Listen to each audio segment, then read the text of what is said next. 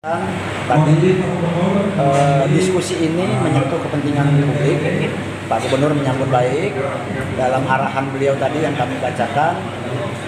Beliau juga berharap ada solusi yang tadi dibahas oleh berbagai komponen, baik pemerintah pusat diwakili oleh BPJN wilayah Lampung, ada pemerintah provinsi, ada 3 kepala dinas yang akan menjadi narasumber, juga ada 3 bupati yang dilintasi Jalimbar untuk juga membahas masalah ini.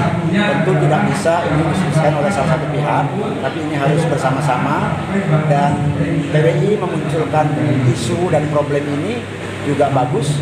Sekaligus nanti PBI diharapkan juga dan kalangan media pada umumnya ikut memaintain, mengawal progres dari hasil diskusi ini.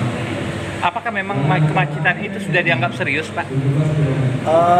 Sementara kalangan menganggap memang ini keseriusan itu mungkin bisa dilihat dari daya tampung jalan, daya dukung jalan yang memang semakin hari, semakin tahun semakin berkembang, semakin berat bebannya, dan arus lalu lintas semakin tinggi, aktivitas ekonomi masyarakat juga makin tinggi. Sementara jalannya belum banyak berubah dari segi kapasitas jalannya. Nah, oleh karenanya tentu terjadi kompleksitas masalah di jalan. Oleh karenanya ini pihak-pihak yang berkompeten sedang membahas ini, dan sesungguhnya isu ini sudah isu yang cukup lama dan sudah ada beberapa upaya. Tentunya kita perlu lebih mendorong agar sinergi antar instansi. Sebagaimana sambutan tadi Pak Gubernur yang saya bacakan secara tertulis, itu kita ini harus solusinya bareng-bareng antara pusat, pemerintah provinsi, dan pemerintah kabupaten kota, serta berbagai kalangan, ada akademisi, ada media. Dampak secara umum bagi Lampung seperti apa sih, Pak?